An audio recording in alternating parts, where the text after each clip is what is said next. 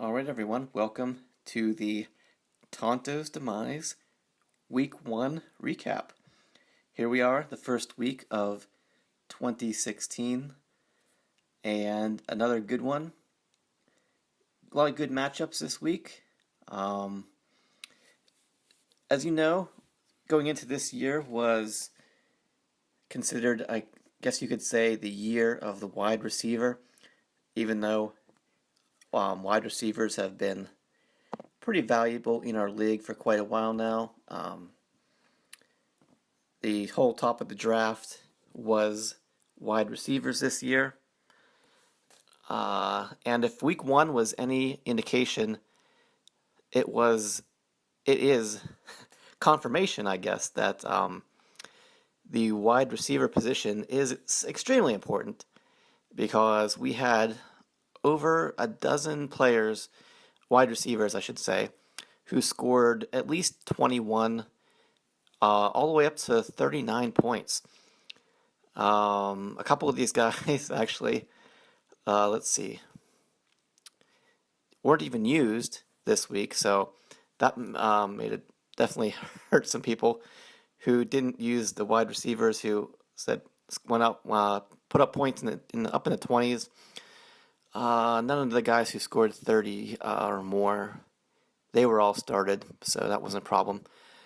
But said a handful of these guys didn't even make people's starting lineups.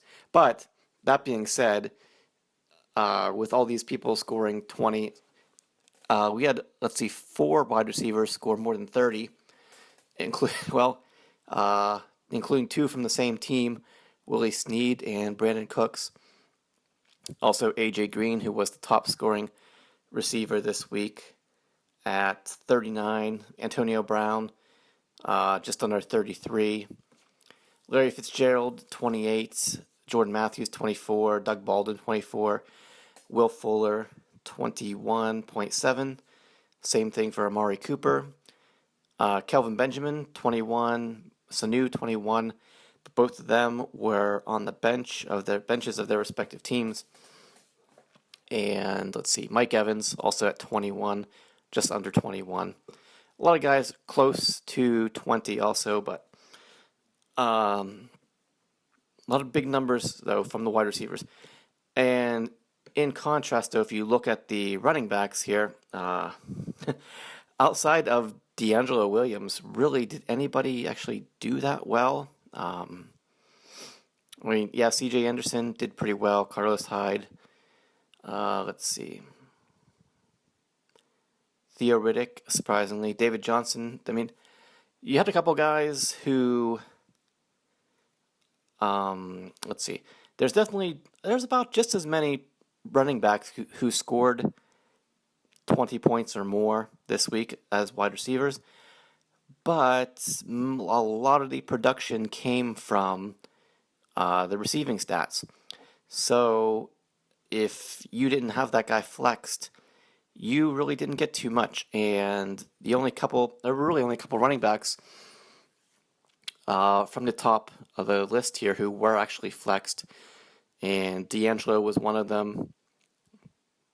Spencer Ware was not. C.J. Anderson was not.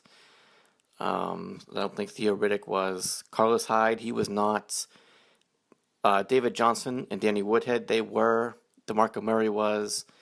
But Abdullah, Forte, Lamar Miller, Melvin Gordon, they were not. LaShawn McCoy, he was. T.J. Yeldon wasn't even started. And from there on, it kind of trails off to guys who really got most of their points from receiving stats, which shouldn't surprise too many of us. But the point is that the wide receiver crazy top-heavy draft, I'm sure it wasn't just us this year, it was most leagues. So at least so far in week 1 here is confirmation that the wide receiver position is of utmost importance. But on the same note, you got to take into consideration here the people who are throwing the ball to those wide receivers.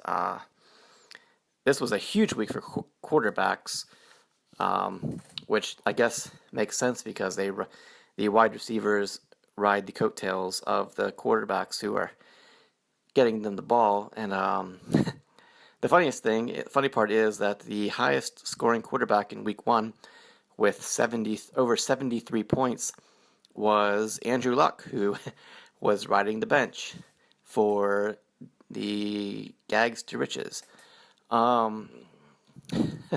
Actually, several of the top 10 scoring quarterbacks here. We had, let me count, we had 3, 6, 7, 8. We had 8 quarterbacks go over 50 points.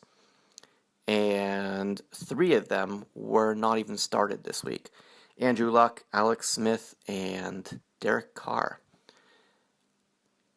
So a lot of the quarterbacks that were started did not actually do too well. 40 is good.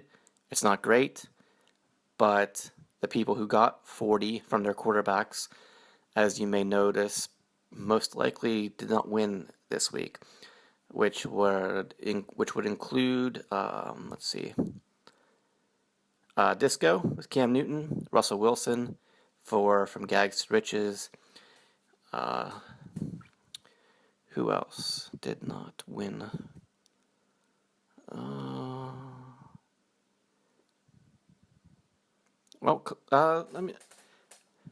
That's pretty much it, actually. I think most of the quarterbacks either did really well or did all right. And the teams with the quarterbacks who did really well, I mean, Dub C had Drew Brees, who went for almost 70 points. Well, actually, he would have been over 70 because of the long touchdown bonus. Stafford, 65. Matt Ryan, almost 60. Roethlisberger, 55-ish. Winston, 50. So a lot of big scores from the quarterback position, which continues. I will continue to be surprised. I'm sure all season, looking back through these recaps on just really looking back at the draft and wondering just how important it was that we kind of went along with the trend this year of the wide receiver heavy top of the draft when quarterbacks if this pace continues, their importance should not go forgotten in our league. And I'm not even sure when. The fact that Drew Brees did not go until the very end of the second round in our league, it boggles my mind that the last 2 picks of the first round or second round were Drew Brees and Andrew Luck. That in a league like ours where quarterbacks are so important and can score you 50, 60, 70 points if you get one who is like Drew Brees, who's in a pass-happy offense. Even Roethlisberger, Stafford, Luck, these guys are going to throw the ball all over the place. Yeah, they have a chance to get hurt or really crash and burn and not do well. But after this first week, I think the importance of the quarterback just kind of got lost in the shuffle this year, and that some of them just really good quarterbacks fell so far just really surprised me, considering it was only a few years ago, I believe, when we had the first 3 picks of the draft were all quarterbacks. However, that was obviously before we had keepers, which changed a lot of strategies around, and people had to adjust. But anyway, let's not getting right to it because we're already about 10 minutes in here. But let's go with the first matchup of the 2016 season, which was the defending champion, who we always talk about first, And fortunately for me, unfortunately for everyone else, it is the Springfield Isotopes. And they were going up against the Detonators here in week one. And the Detonators took this one down fairly easily. Had the highest score of any team this week with 211.3 to the Isotopes 174.15. Detonators had a couple of huge games from their couple players. He was missing Gronkowski, who was out with an injury, and he did not play Kelvin Benjamin. Wasn't sure just how much playing time he would get, but it did not matter. Let's see. Stafford, like I said, almost 65 points. Evans, 21. T.Y. Hilton, 14. Larry Fitzgerald, 8 for 80 and 2 touchdowns, 28 points there. Let's see. Ryan Matthews, 70 yards and a touchdown. Abdullah, I think he had, actually, did he have a receiving touchdown? Yes. He had just had one touchdown. That was Riddick that had 2. So he had 63 yards rushing and he caught a touchdown, so that still counts. Clay, 6 points, but DeAngelo Williams, as we all know, I think he was one of the highest scoring non-quarterbacks this year or this season. Neither one of those are correct. Not this year, not this season. This week here, week one.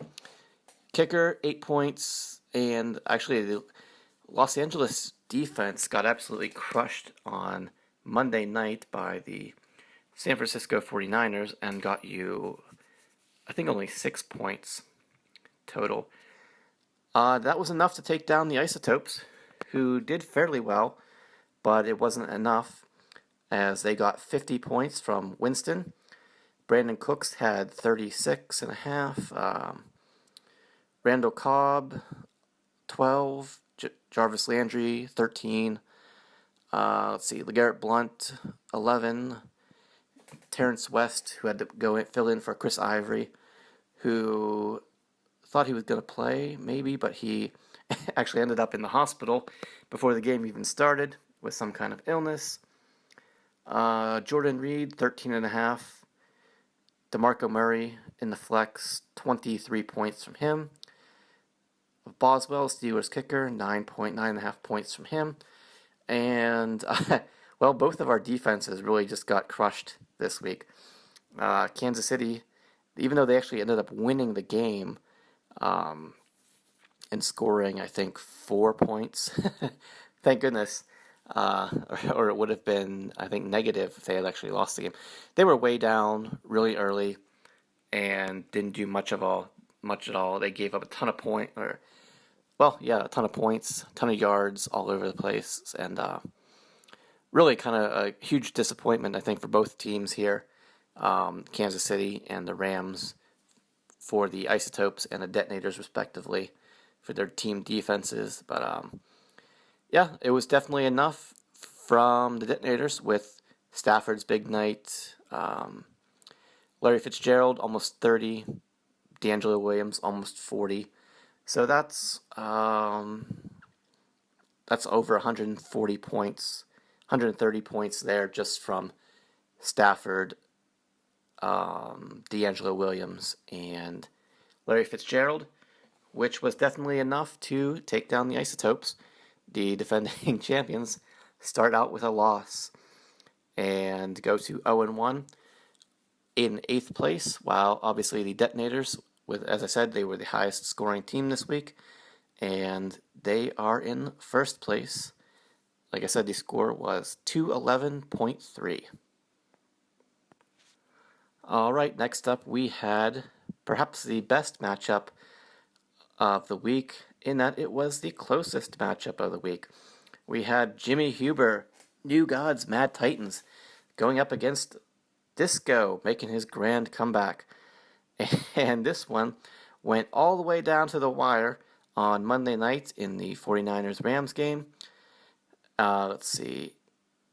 Jimmy, New Gods Mad Titans, was actually trailing by about 3.2, and they got 3.3 from Torrey Smith to squeak out a win, pending any possible stat corrections that might pop up here sometime on Tuesday or Wednesday. Got to keep an eye out for that.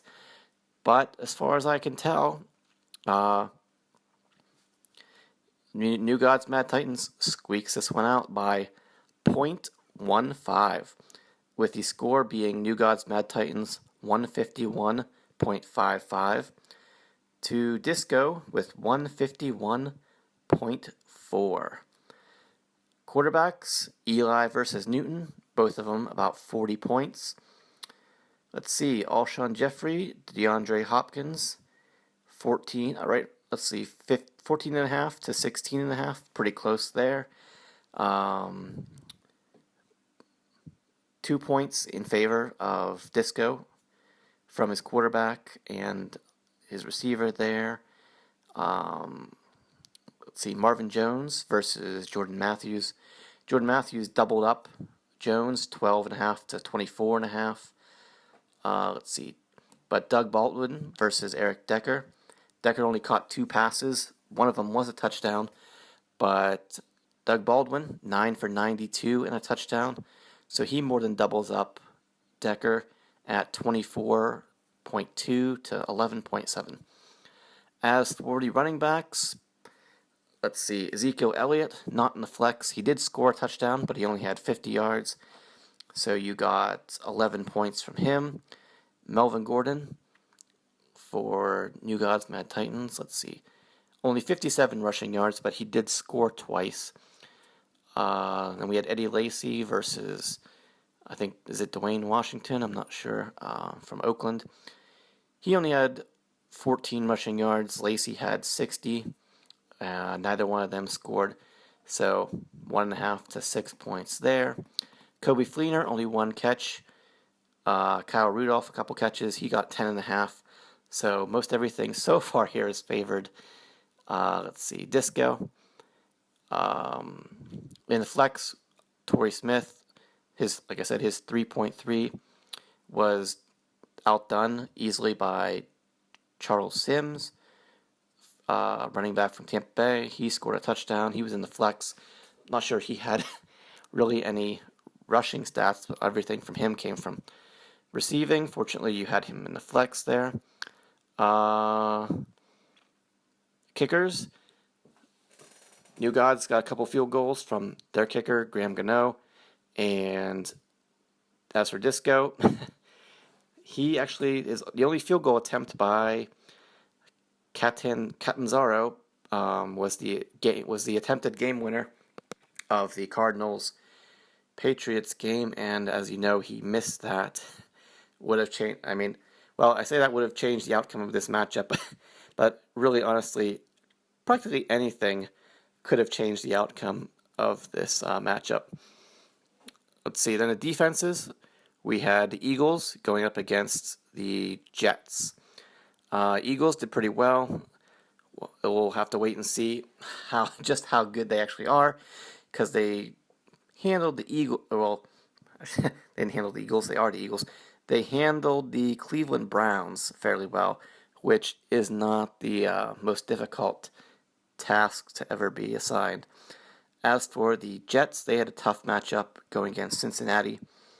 They actually did okay. They did several sacks, turnover or two, but they did not win the game, and I think they got Disco about 16, I think, something like that, to Philadelphia ended up with about, actually, almost 30, I think 28, 29, 30, something like that from Philadelphia's defense, which swung things here back over to the advantage of New Gods Mad Titans. And he takes this one down, like I said, in heartbreaking fashion for Disco. 151.55 to 151.4. With the win, New Gods Mad Titans, he is in 6th place. And Disco with his score, he is actually all the way down in 10th place. All right, next matchup we had FC Bohoric going up against Everybody Ertz, since he has Zach Ertz on his team. I don't know, did he have that name before he drafted Zach Ertz, or did he draft Zach Ertz because he had that name? I'm not sure. I would hope that the name came second and that you did not draft Zach Ertz specifically because you already had named your team after him. But anyway, FC Bohoric actually took this one down. The final score here, 154.4 to 142.85. Quarterbacks, we had Carson Palmer versus Matt Ryan. Carson Palmer, 46. Matt Ryan, 58. Let's see. For FC Bohoric, his quarterback, or his receiving trio was Keenan Allen, Michael Floyd, and Deshaun Jackson. We all know what happened here with Keenan Allen, even though he managed to put up 12.3 points before going down with his season-ending injury. Floyd, 9 points. Jackson, 16.2. Let's see. Everybody Ertz's wide receiver trio. Let's see. Brandon Marshall, John Brown, and Will Fuller. Brandon Marshall, 3 for 30. Pretty ugly there. John Brown, only 1 for 8. Even worse.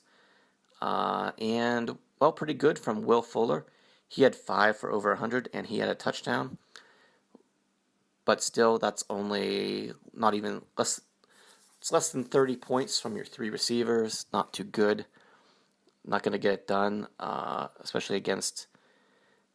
Let's see. Well, even FC Bohoric's receiving core didn't do too much either. They clocked in at under 40 points here, so not anything. I mean, as you know, AJ Green did 40 just by himself, so it wasn't anything too dominant by either side. Running backs, we had Doug Martin and Mark Ingram versus Adrian Peterson and CJ Anderson. Very little from pretty much all of these guys. Doug Martin, 6 points. Ingram, just under 6. Peterson, 3. And CJ Anderson was the only one with any value here, as he actually came close to 100 yards. He had 92, but he also did have 2 touchdowns, 1 receiving and 1 rushing, which played a big factor here in swinging this matchup over to FC Bohoric. Your tight ends, we had Ertz going up against Dwayne Allen. Pretty much the same numbers from each guy, except that Allen scored a touchdown, which gave you about a 6-point difference there. Your flex players, Devontae Freeman versus Tavon Austin. Probably big expectations this year for Devontae Freeman after what happened last year. But I guess the Devontae Freeman effect is still in effect, as he did not score a touchdown this week. He actually did very little. He only got 8 points. But Tavon Austin only got 5.5, so that's nothing to be bragging about either. But as long as you... I believe it always happened last year. If Devontae Freeman did not score a touchdown, then Jay's team always lost. So here we are again, week 1 of the following year, and Devontae Freeman does not score, and Jay's team goes down in defeat. Defenses, we had Houston versus the Giants. Didn't seem like the Giants were going to be a pretty good play. They were at Dallas. Dallas, even without Tony Romo, looked like they're going to be pretty good this year, at least competitive and fantasy-wise, putting up pretty good stats. But let's see, the Giants, they only gave up 19 points, but I don't think they had any sacks, any turnovers, anything like that. So FC didn't get too many points from defense. As for Houston, they only gave up 14, had a handful of sacks, and looks like one turnover. So they got, actually, they did pretty well against the Bears here. Looks like they got about 29 or 30 points. But it wasn't enough. As I said, FC dominated Ertz with, at the quarterback position, so beat him by 12. Your receivers won by about 10. Running backs, C.J. Anderson carried the way with his touchdowns. Tight ends, the difference was a touchdown. Your flex players didn't do really anything. Kickers didn't really do much. 5 and 3 for each one. But a big advantage, like I said, for the Houston defense for Ertz, but that wasn't enough to get this one back into his favor, and FC Bohoric gets the win. FC Bohoric, he starts in 5th place with his win, while everybody Ertz, he actually had the lowest score of the week, so he will be eliminated from the knockout pool, and obviously that means he starts in 12th place.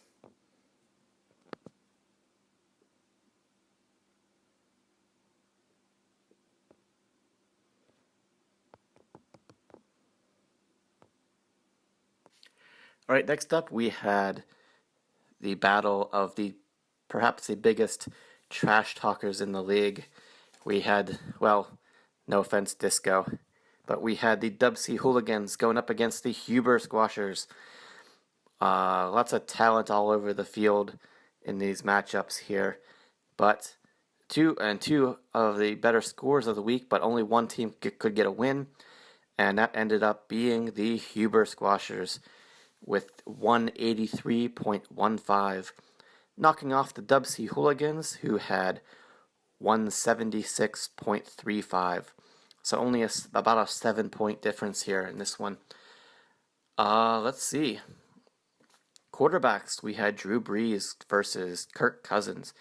Drew Brees went crazy. He was over 70 points, while Kirk Cousins got just under 45. Actually, no touchdowns from him, 2 interceptions. So it was a struggle for him just to get over the 40-point barrier. Let's see, wide receiving trios. Dub C has Julio Jones, Golden Tate, a.k.a. the 2015 Springfield Isotopes, and also Allen Hurns. While the Huber Squashers had Amari Cooper, Jordy Nelson, and Willie Snead. The Drew Brees to Willie Snead connection was on fire here in week 1, as you guys know.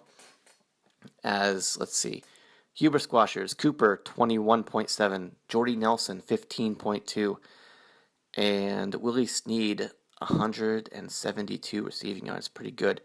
He was over 35, so that's 50, 70, over 70 points from your 3 receivers. Julio Jones 16.6, Golden Tate, 11.1, and Allen Hurns about just under 12, 11.5 points. So only, 22, 30, just under 40 from the Dub C Hooligans wide receivers, which under 40 from there, over 70 for the Huber Squashers, which more than balances out the 70 to 45 points from the quarterbacks in favor of Dub C. Swings the matchup back over in favor of Huber Squashers here. Let's see, we had Lamar Miller and Justin Forsett going up against Jonathan Stewart and Matt Jones. This one was actually won by Dub C. Looks like he had Lamar Miller go over 100 yards, just barely, so 13.5 points from him, while Forsett got you about 4. And as for, Stewart, you got 6.5. Jones got you 2.5, so not too much there from any of those guys, except for the 100-yard game from Lamar Miller. Tight ends, said in a matchup where this was only decided by 7 points, the 0 from Gary Barnidge, huge importance in this matchup. As like I said, he got 0, while the Huber Squashers got 14.3 from Greg Olson. Danny Woodhead versus Gio Bernard in your flex positions. Woodhead totally killed you on that one. 23-5. Kickers. Dub C beat you there as well with a couple field goals from Blair Walsh. Looks like Tucker had 2 field goals, but Walsh had a little bit more. As for your defenses, Arizona ended up losing that game. Could have changed things a little bit for you if they would have done a little bit better. As for Seattle, they did pretty good. I think they got almost, let's see, Yahoo says 14, but I believe it was actually closer to 30 also for their defense. So it was enough to swing this one back into, like I said, Dub C dominated the quarterback position. Huber Squashers dominated the receiver position. Dub C won the running back position. Huber Squashers won the tight end position. And Dub C won the flex and kicker, while Huber Squashers won on the defensive side. So, nothing really you can really feel bad about for Dub C, except for obviously the 0 from Barnage really hurts. Pretty much anything you could have gotten from him, or if your defense would have done something else, did a little bit better, or even won the game on that last missed field goal, could have turned things a little bit, made it a lot closer. Instead of losing 3 points, you could have had 179. That you actually would have had 182. So you would have lost by if he makes that field goal. Not only does Disco win this week, but Arizona Dub C, you would have still lost, but you would have lost by less than 1 point. And the good news is, even if you had started Martellus Bennett instead of Gary Barnidge, which you probably would not have done because you drafted him really early to be your starting tight end anyway, you still would have lost. So, but I mean, you had a great score, a lot of good performances. Your receiving core a little underperformed, so high expectations for them going forward. So it's only week 1, as you know, so not to be too dismayed. But with the win, Huber Squashers, he is in 3rd place, while the Dub C Hooligans, they lost, but they claim the highest 0-1 position and are in 7th place. Next up, we had I think this was the matchup of the week. We had from Gags to Riches going up against Mighty Midgets. Gags to Riches shaking things up already before the season even began by making a big trade, getting rid of Antonio Brown and bringing in Dez Bryant, Travis Kelce, and LaShawn McCoy, who I'm not sure what it is about these guys, Dez Bryant, Kelce, and McCoy, but if you look at last year, I think all of these guys were on Gags' team last year, whether it was via the draft or trades. I think he had all of them. At the end, did he have them at the end? I don't know if he had all of them at the end of the year last year, but for some reason, Dez Bryant, Travis Kelce, and LaShawn McCoy all seem to somehow end up on Gags' team. Maybe, I don't know if, did Josh know that those are the 3 guys that Gags is in love with, and did Josh specifically draft Dez Bryant, Travis Kelce, and LaShawn McCoy with his first couple picks? Well, yeah, 3 of his first 4 picks knowing that Gags would take the bait, or was that the plan? Was that the plan all along? That Gags would get the number one, would trade him the number one pick if Josh took the three guys who he knows that Gags loves, and they would make the trade? I don't know. Seems very, very peculiar to me now that I start to think about it. But anyway, I digress. And said Gags shook things up with that trade, but I guess in retrospect we shouldn't be very surprised because he does like to shake things up with trades seemingly every year. Although, in my personal opinion, he usually ends up shooting himself in the foot with those trades, but it's yet to be determined this year. You can make a case either way, even last year, years in the past, or even so far this year. But I think that I just can't. There's nothing I can justify for trading away Antonio Brown.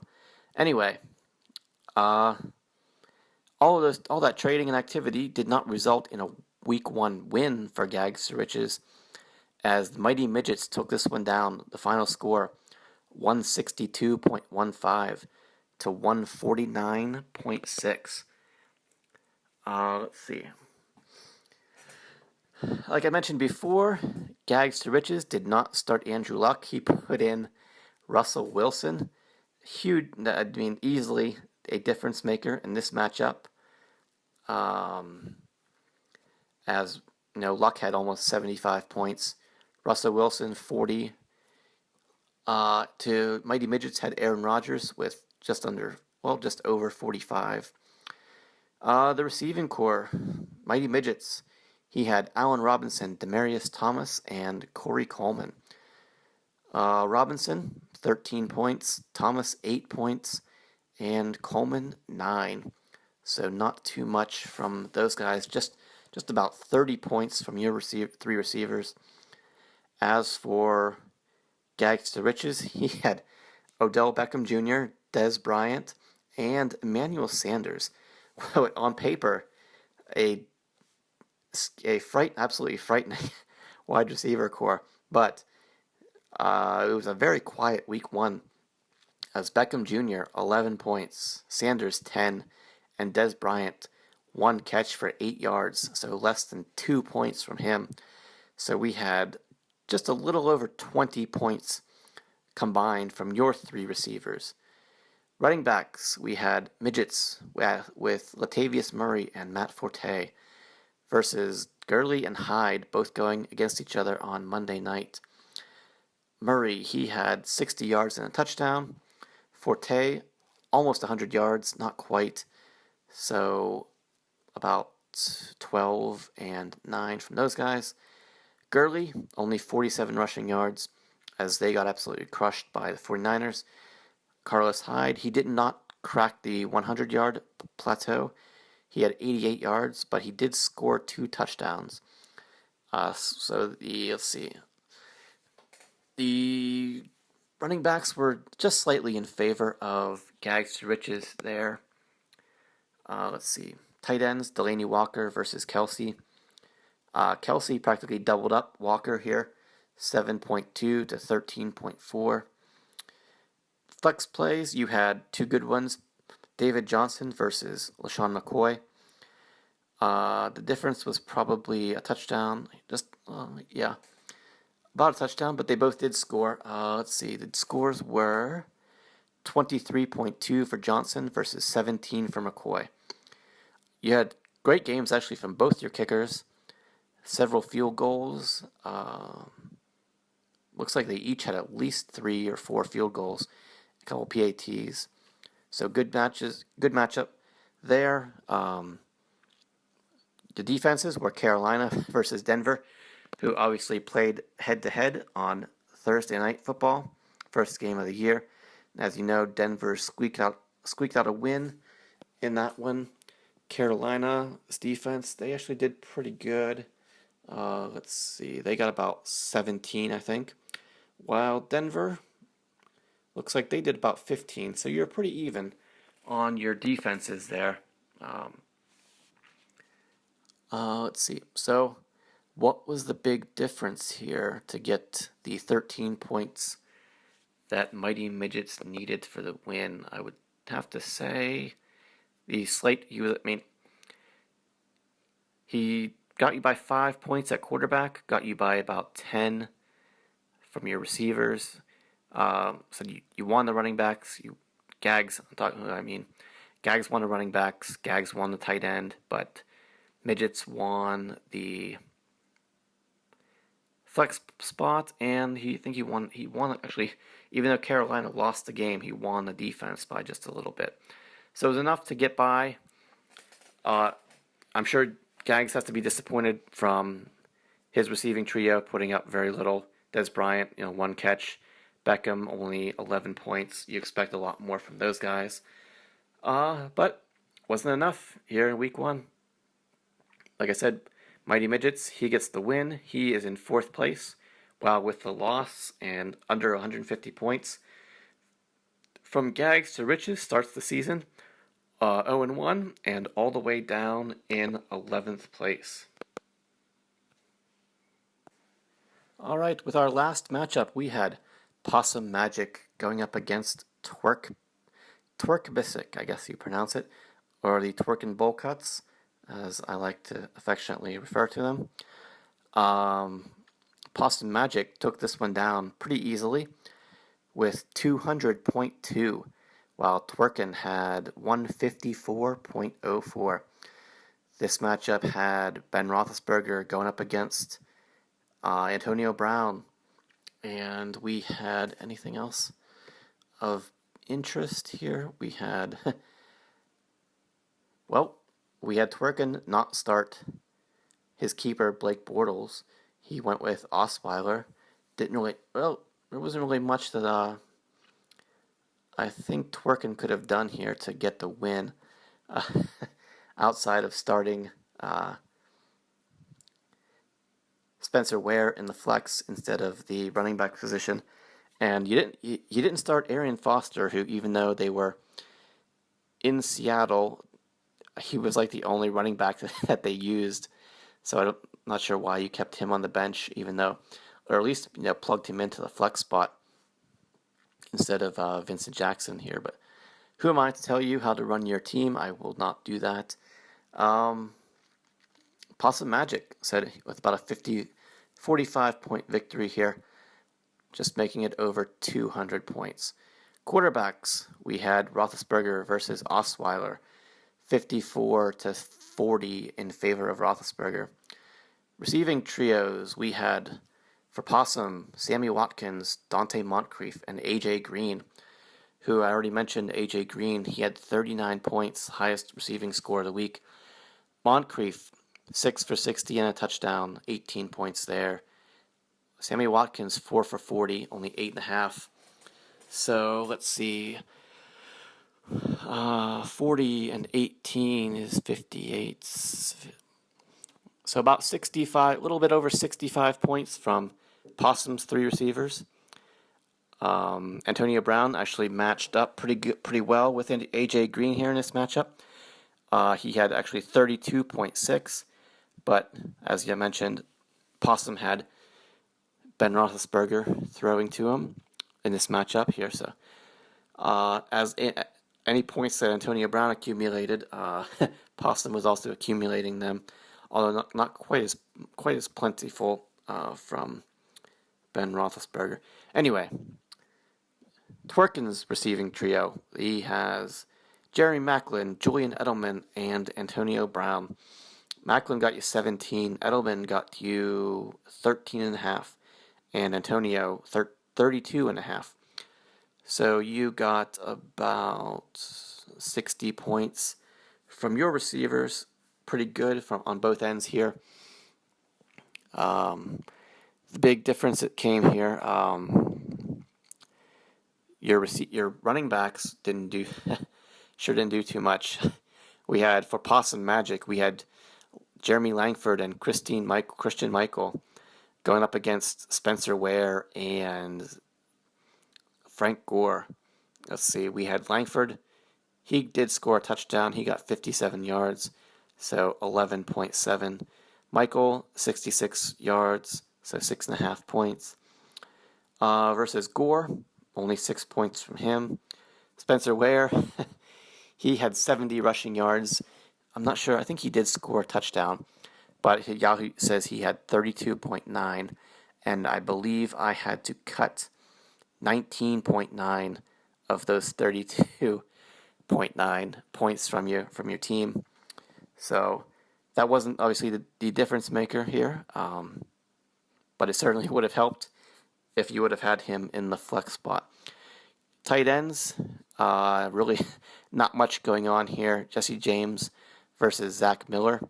James got 8, Miller got 4. Your flex plays, Possum had Sproles 5.5 to Vincent Jackson 3.8.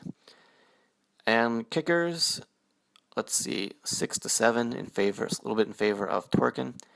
Probably the biggest difference here was defense. Cincinnati actually didn't do too bad. They got you about 20 points, 15 to 20, somewhere in that range.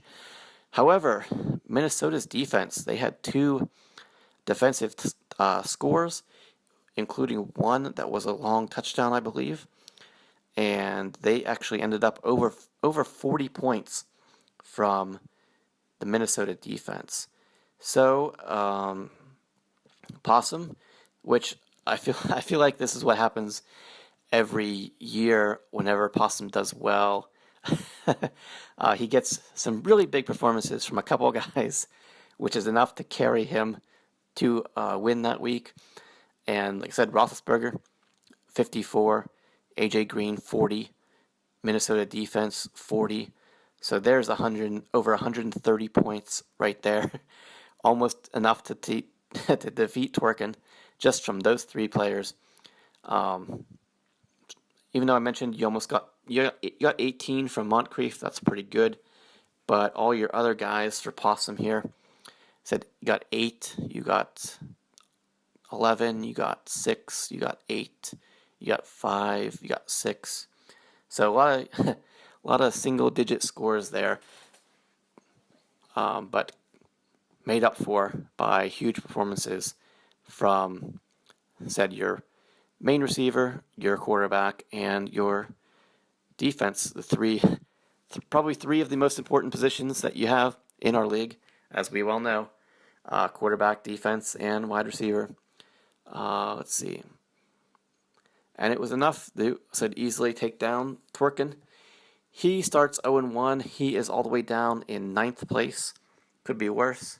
But Possum, like I said, he just barely cracked 200 here this week, and that puts him right behind the Detonators in 2nd place.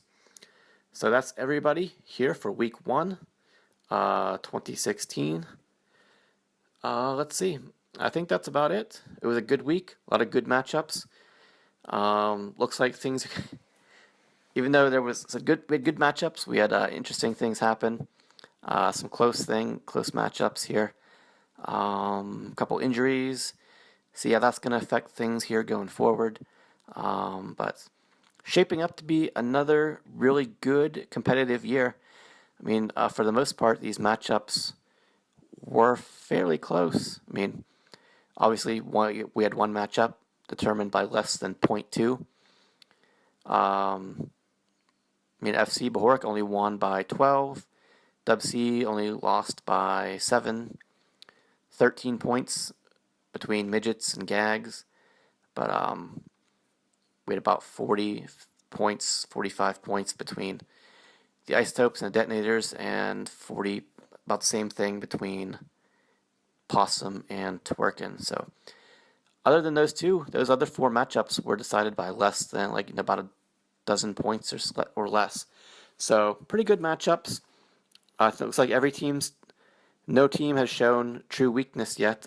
So every week's going to be tough for everybody. Who knows what's going to happen, but it's definitely going to be fun to watch. So here we are, heading into week 2 of the season, and I will conclude with saying good luck to everyone. and we'll see you back here next week. Thanks.